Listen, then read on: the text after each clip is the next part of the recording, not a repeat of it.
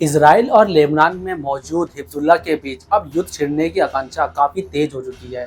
इसकी शुरुआत इसराइल के कब्जा किए हुए गोलान हाइट्स से हुई, जहां से मिसाइल दागी गई और वहां 12 लोगों की मौत हो गई, जिसमें ज्यादातर छोटे बच्चे थे। इसराइल का आरोप है कि ये हमला हिजबुल्लाह ने किया और हिजबुल्लाह बोल रहा है कि ये हमला इसराइल की तरफ से हुआ है। गाजा में जंग शुरू होने के बाद से इसराइल और हिजबुल्लाह के बीच भी गोलीबारी कई घटनाओं होती रही है।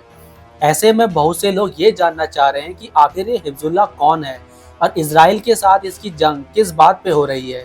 दरअसल हिजबुल्लाह लेबनान के ईरान समर्थित एक सर्वसैनिक संगठन है। ये संगठन शिया इस्लामिक है और राजनीतिक तौर पर भी काफी शक्तिशाली है। इसकी स्थापना ईरान में 1980 की शुरुआत से की थी। ये वक्त था जब लेबनान में युद्ध चल रहा था और इजराइल सेना ने लेबनान पर कब्जा कर लिया था। तब इजरायली सेना ने लड़ने के लिए ही हिजबुल्लाह की स्थापना की थी।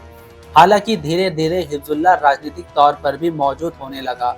साल 1992 से लेबनान के आम चुनाव में हिस्सा ले रहा है।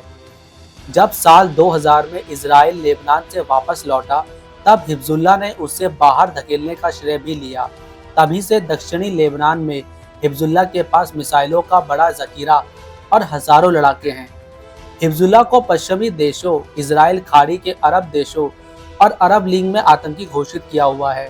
साल 2006 में हिजबुल्लाह और इजराइल के बीच जंग भी छिड़ी थी। इसकी शुरुआत हिजबुल्लाह के सीमा पार किए एक घातक हमले से हुई थी, जब इजराइल ने हिजबुल्लाह को खत्म करने के इरादे से दक्षिणी लेबनान के साथ जमीनी चढ़ाई की थी, लेकिन इजराइल अपने मकसद में कामयाब नहीं हो पाया। इसके बाद हिजबुल्लाह ने अपने लड़ाकों की संख्या में तेजी से बढ़ोतरी की, साथ ही उसने बेहतर हथियार भी शामिल किए।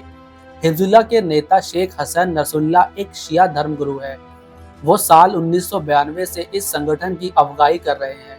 उन्होंने इसे एक राजनीतिक पार्टी और सैन्य बल से बदलने में एक अहम भूमिका निभाई है। ईरान के सर्वोच्च नेता अयतुल्लाह अली खामेनी के साथ उनके करीबी संबंध है। हालांकि नसरुल्लाह कई सालों से सार्वजनिक तौर से सामने नहीं आए हैं। हिजबुल्लाह सबसे भारी हथियारों से लैस दुनिया के गैर सरकारी सैन्य बलों में से एक है। उसे फंड और हथियार ईरान देता है।